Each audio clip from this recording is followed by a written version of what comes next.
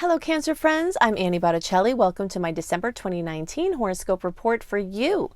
We have eclipse activity raring to go. We have already had a lot of that happening in previous months, but now it's really showtime. Change is ahead for many people with Cancer placements, and you may say, Annie, I've had so much change already. Could there really be any more? And the answer is yes, there actually could be more. From the middle of 2018 through the middle of 2020, when you have an eclipse cycle activating your sign, it's just like nonstop for many people over that period of time. Sometimes the changes have to occur on the inner planes, and if you haven't had any major things happen yet, it could have been happening closer to you so that you can activate and exert that force. But many of you, I know many of you personally over these past years of this cycle, have really seen a lot of change come into your life. So more of that is likely coming. And I'm going to, actually I have a lot of different resources for the eclipses, which I'll talk more about later. But besides that, this is a major open window. I'm going to talk more about that for action, for doing something important. If you've been pending, holding, chomping at the bit, this is a time to push forward. So if an eclipse comes and requires some action from you, this is actually a fantastic month, this month in December, to actually do something with the opportunities that have been sitting around or that come to you in this period of time. So I want to do a very quick overview of these must-knows for December, because the things that are important about December are going to play into these Cancer-specific things that I want to discuss, and I will refer back to some of the things that are important. So I did like a very super I don't think I've ever done it so concisely overview of the energy of the month, that then we can add in the Cancer charts and talk about Cancer specific things as it relates to that general energy. Okay, so I'm going to give you this quick overview of the general energy of December 2019. And it's really critical to understand this before we start putting in the pieces for your sign, because it will flavor the whole month, and everything that we talk about that's specific for you is going to have these three big pieces that are just overlaying everything. Okay, so there are three main things to know about December 2019. The first is that we have way more sweet aspects than salty ones. This happened also in November. It definitely flavors the month when there are more sweet aspects than challenging ones. You know, your individual chart could vary, because you could have a challenging time going on in your chart, and then the general horoscopes could be like super sweet, and you could be like, well, the horoscopes are wrong, and they're not. The general horoscopes, your personal charts, are all individual pieces of a very complex total picture.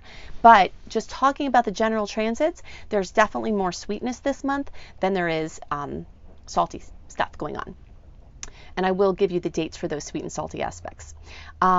Big thing to know about this month, time to get it done. December 9th is when the post-Mercury retrograde transit, Mercury went direct on November 20th, but every day after November 20th until December 9th was this kind of Mercury waking up, changing directions. I kind of see this as like making a U-turn. You know, if you're going one direction, you have to slow down, come to a stop, make the turn, go speed up again. Okay, so this period of time between November 20th and December 9th is like coming back up to speed. All right, but from December 9th through February 2nd is the last major open window of all of 2020. 2020 is a year that is entrenched with inward and backward energy from personal planet retrogrades. Mercury, Venus, Mars, all going to be going retrograde. Mercury will be going retrograde 3 times as usual. And this is just going to be a very internal, with themes from the past type of year. So your time to like push things out in a big way is December and January, and you've got awesome aspects this month to do it. There's a massive Capricorn influence, which is also helpful here, because there are just so many planets in Capricorn. Outer planets, the ones furthest from us. Inner planets, the ones closest to us. So it's a time to strategize, get things done, get organized, make plans, you know, just like really take the bull by the horns and to do things. There's also the Sagittarius influence, which is going to make a dizzying, busy, you know, all over the place, spiral, spinning out, exuberant type of energy, which is really nice as a counterbalance to this very serious, Capricorn energy. So we do have those Sag influences, and those are going to be coming in a big way, bringing some lightheartedness and optimism and fun to this otherwise very, focused time. The third thing to know is that the eclipse energies are really, really happening now. Okay, I've been talking about these for months before they actually happened, because they can actually show up as major manifestations in months before they happen. But this month we have the December eclipse, which is December 25th or 26th, depending on your time zone. But the whole month, and before December even and after December, major changes. So to see how this is going to affect your sign, very specifically with great detail, watch my November report for your sign. Okay, because in there I talk about all of the details of exactly where you are on the spectrum for your sign, and how that will manifest for you. I did a whole separate video series, a whole 12-set separate video series for the January eclipses. So look for that, look for your sign, lunar eclipse 2020, Annie Botticelli, and you will find these very detailed storylines of how you are very likely going to experience those eclipses, what areas of life are going to be highlighted for you. Okay, now the last thing I want to do here before we get into more specifics with your sign has to do with the sweet and salty dates. Okay, so the sweet aspects, 2nd, 3rd, 8th, 10th, 13th, 10th, 11th, 13th, 15th, 19th, 21st, 22nd, 24th, 26th, and 27th. And I've got them written down here. Okay, the salty ones, 8th, 11th, 13th, 19th, 22nd, 23rd, and 26th. You'll notice some of these are in common. So there are many days this month that there are sweet and salty aspects on the same days. Okay, so you can either, try to align your things with the days that don't have those same things going on, or you can just feel your way through. An aspect happens on a certain day, but our timeline for how we can experience it can be days before or days after. So you just have to kind of feel your way through. If you're like planning a big launch and you're having a crappy day and it's just not, things aren't flowing, maybe wait until everything feels like, okay, 1, 2, 3, now sync up. It's really important for you to learn to feel these rhythms for yourself. I teach you this and give you guidelines, but you're feeling your way through is my main goal. Okay, so those are the aspects to note. Now let's look at these juicy details about how your sign specific energies are going to show up. Okay, so now that you have all the sweet dates, all the challenging dates, you know when to put up your china, you know when to kind of be on the lookout for some antagonistic energies, and you know where the sweet spots are, and you know what the things are that we're working with this month from a general perspective, we can look at Cancer specific things. Many of the things I talk about are going to be true for all Cancer placements, but because I'm an astrology teacher and I'm a zealot and I'm very detail oriented, even though I'm also good with the big picture, I like to show you how where you are in the Cancer spectrum can affect your report and the timing of certain energies. Okay, so early Cancers are basically June born or 0 to 9 degrees. Middle around July 1st through 10th or 10 to 19 degrees, and late is around July 11th through the rest of the sign or 20 to 29 degrees. If you have a Cancer moon or Cancer rising, this report is for you equally as for the sun placements, because the sun chart, the moon chart, the rising chart are all windows we look out of to see more of a total picture of what our experience potentials are. Okay, so I'm going to use the early chart just to talk about some general things that are true for all Cancer placements, okay? And then as we start to divide out some differences, I'll let you know where the changes are going to be for your specific parts of the sign. When we're looking at a monthly horoscope, something that changes over quickly, we want to look to see what the personal planets are doing. Okay, so we're going to look at that. We're going to look at it from two different perspectives. One, the sign they're moving and what angle that makes with your placement, so that we know what energetic exertion is being placed from the movement. And the second thing is we want to look at the houses or fields of experience that we have as humans. What houses are being accentuated? Okay, so that's what we're going to discuss. The first thing to know is we still have planets moving through Scorpio. There has been a Scorpio festival of ultimate proportions with Mercury retrograde in Scorpio. So for a few months now, we've had some or a ton of energies in Scorpio. And in general, this flows really well with Cancer. It can bring emotion up to higher levels for better or worse, but in general, at least it's a language that you can understand. When planets move through the same elements, it makes a 120-degree angle, which is the most coherent and smooth in all of astrology. It can bring blessings for doing absolutely nothing. There's another angle that we often talk about where you have to do something for like the blessings often, but this is just like you can be sitting there and just like money falls from the sky, or someone gives you a sandwich or whatever, so there's more of that as we have Mars moving through Scorpio and as we have Mercury there. And then we have planets in Sag. Now this started in November also, but Mercury will get there, the Sun will be there.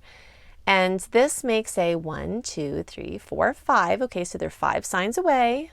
There's 360 degrees in a circle. So when we're measuring things, in that shape, then there's 30-degree increments, which are the signs. So 5 signs times 30 degrees is a 150-degree angle. When we have a 150-degree angle, that's called a quincunx, and it is as awkward and annoying as it sounds. So even though we've got a lot of sweetness there with that coherence, we do also have Sag kind of coming into the mix. And Sages are really busy physically. And sometimes the way that the energy moves, it can be like jostly to Cancer energy. You might have Sag friends that you love. I'm a Sag. Maybe you resonate with me. That's wonderful. But in general, like if I were in your living room every day, all day, you would be like, enough Sag already, Annie, right? Because it's working to move you out of the emotion into the action portion. And maybe you have placements in your chart that make you really good at action. People are complex and you're more than your sun sign or your moon sign or your rising sign, whatever you're watching for here. But in general, the energies of Cancer, they like to dwell in the feelings of things and be cozy and comfortable and just kind of like maintain a status quo. And then Sag energy comes and just rumps and bumps all over the place and fire, and it's, messy, and it's all of that. So you've got that going on, and you're going to feel that. It'll be annoying, or it will be inspiring, or both. But it will put some pressure on you to do something, which again, this is perfect. For the planets, for the signs that are having any of these planets put pressure on them, this is perfect because you want to have pressure put on you when it's a time to do something. You're going to have so much time to not do anything. When February through the end of the year, the retrogrades, it's like inward and backward, and you can focus on the inner space and the quiet space to your heart's content. But this time, if it's intuitively flowing, if it's a match, it might be time to turn it up high, which could get a little uncomfortable, but which still is necessary. All of the energies in Capricorn, while Capricorn is naturally harmonious because earth and water flow together well, this is at a 180-degree angle. So this is part of why the eclipses have been so powerful. It's because either the eclipse is happening in your sign or the eclipse is happening opposing your sign when it's in the Cancer Capricorn polarity. So it's like, it's a call to action. I know many people with Cancer placements over these recent years who have just finally done something that they have been wanting to do, sometimes for their whole lives, sometimes, just for many years, but just cracking out of that matrix. And I've been using that word a lot with Cancers over these years. And this is going to be more, December and January, more energy of this catalyst. Those of you in the early realm, you're going to be offered by Jupiter this opportunity first, and then you middle and later degree over over 2020, this opportunity will come to you. But as Jupiter opposes your placement, and again, really, I guess it depends on what your placement is as to when you're going to feel this. It's not just when Jupiter will be there, but it's also what your particular sign. But really, the later you are in the sign, the later in 2020 this is going to affect you for the most part. And this this is another spur to action where it's like you want to expand. Your being wants to expand. There's certain emotional things that are holding you back, and Jupiter wants to help you crack out of those things. So you've got a short-term effect of all these planets in Capricorn doing, well, these are long-term, so we don't know. As the personal planets move through Capricorn, they're starting to already. This is going to continue beyond December. As they bump up against there, it's saying, okay, do it now, do it now, do it now, do it now, do it now. And that action will likely be very well placed. Okay, so now let's look at the fields of experience that are being accentuated. So for early degrees, so again, just a reminder, since we talked about this a while ago, basically June born or 0 to 9 degrees, we're looking at where the personal planets are accentuating to the 5th house, the 6th house, the 7th house.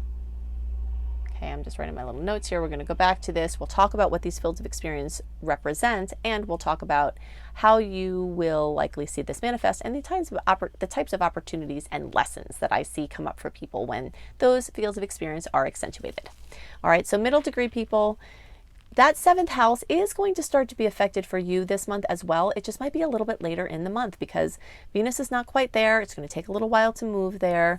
So we're going to put it on the list for you, but just know that it might be a little bit later in the month when we talk about that. The 5th house, the 6th house is definitely, yeah, so basically 5th and 6th is really current. All right, and then you late degree friends. Right, so just a reminder, the middle is around the July 1st through 10th, 10 to 19, and late is around July 11th through the rest of the sign, or 20 to 29 degrees. And when we bring the late friends into the picture, you can see that it's quite a while before this 7th house really starts to be accentuated. So I'm not expecting the short-term planets to really start bringing that alive for you until at least January. You have long-term planets there that could be accentuating it, which is kind of an ongoing theme. But we do see the 4th, 5th, and 6th for you late degree friends. So what does all this mean? Let's start with the houses that are going to be accentuated for everybody first, so that this will be relevant for everyone. So the 5th house is one of those placements. And the 5th house has to do with your passion, what you want. So some good things to do when the planets are moving through here is to ask yourself, what is it you really want to do? And you can get really, this exercise is really fun because you can get really crazy and you can just like put all of these things in there. Like, if I didn't have these people that needed this from me, if money weren't an issue, if time weren't an issue, if like all these things that hold people back weren't issues, what would I want to do? You know, that is the spark of creation. And this house, the 5th house, is the spark of creation. You know, it's like, it's the igniting of the flame of creation, we'll say. The spark is more of the Aries energy, but the igniting of the flame of creation is happening. And you spark that flame by thinking about what is it you really want to do. Okay, so write your list of those things, and then you can write your list of what's holding you back from them. You know, and then with each of the things that you feel are holding you back, you can ask the Byron Katie question. Is it even true? You know, sometimes people will say, oh, my kids are holding me back from doing this. My kids are, you know, because I want to focus on them. And yes, that is a very worthy, really the most worthy cause, right? Is to just like give your energy to your kids while they need it. At the same time, there are also very many parents who are doing the things they want to do. And so asking the questions, how you can become in that realm, you know, where you can do the things that you need to do, but also do the things that you want to do. So you can write your list of the things that you want to do. Then you can write your list of what's holding you back. Then you can ask the question of those things that you think are holding you back. Is it even true? And then you can do inner work around the belief systems around that. I love EFT. The emotional freedom technique is my best friend. Oh my God, I use it every day. I use it on people. I use it on animals. It's just amazing. And you can find everything you need to use it free on the internet. And you can pay people to go deeper into it, but you can do everything you need to do with it on your own as well. And it's accessible to everyone. So the EFT can help you start to change the belief systems and the energy blocks within yourself that's stopping you from accentuating this creation. So other things it's great to do, anything involving conception, child rearing, child delivery, caring, pregnancy, anything around children, working with other children, your own children, getting things ready, doing projects for children, anything like accessing your childlike qualities, having fun, anything like that is really good to do at this time. And you may find that this comes into the forefront without you even trying to do it. Adult coloring books, anything that brings your creativity just like into the focus. Fifth house. I also call the fifth house a bucket list house, which is, you know, kind of in line with the things that you want to do, what we talked about originally. So you can just start making plans to cross some things off of there. All right. So, oh, and if you have to do a launch of like one of your babies, your creative babies, this is so amazing for launches. I love this month for launches. So, and as I've told you, it's one of the best for a while, December and January. All right, so the next house that's really accentuated for all early, middle, and late degree placements is the sixth house. And this has to do with getting crazy organized, getting your strategy, getting, reining in places where you have holes in your grain sack, I call it, okay? So if you can imagine, and I'll draw my picture here. I'm talking about fifth house childlike qualities. When I draw things, it looks like a 5-year-old drew them. But that's okay. So we're going to draw you. Here you are in all of your beautiful glory. Okay. And around you is your auric field. Information's going in, information's going out. It's our interface with the world. When you have holes in your auric field, which many things, trauma, lifestyle things, just environmental things, stress and genetics and different kind of things that you have to work with. Put holes in your field, past life issues if you believe in that. Then you're walking around in your essence. Let's make your essence red and vital. Here it is. Yay, all your essence, your creative forces. It's just like dripping out like oatmeal in an oat sack or whatever, and you're walking along and your oatmeal, your life essence is all over the place. So the sixth house opportunities are around shoring up your medical situation, and that is like mainstream medical diagnostics, but it's also alternative medical. So your meditation, your acupuncture, your naturopathy, your herbs, your diet, your exercise regimen. You can start this month. It's very helpful to get your grain sack sewn. Patch these fields, patch this auric field with making these disciplined plans. The sixth house is very much about discipline and organization. So the information, the resources, the practitioners that you need to seal up this field so that your life force energy can just build up and make you feel even more happy. Okay. So for the early degree placements coming soon for you all at the end of the sign, you will probably start feeling this more in January, late friends, but it's definitely happening this month for early and middle. Seventh has to do with relationships, and this sector has been so accentuated in the long term with these eclipses. So you're kind of by now like, is this really a theme still, Annie? Like we've been doing. Yes, it is. You have, all of this energy, even the long-term energy. Not you late friends as much. You don't have it there. Again, you can see that it's kind of empty, but middle and late degree friends, you've got this seventh house, like what?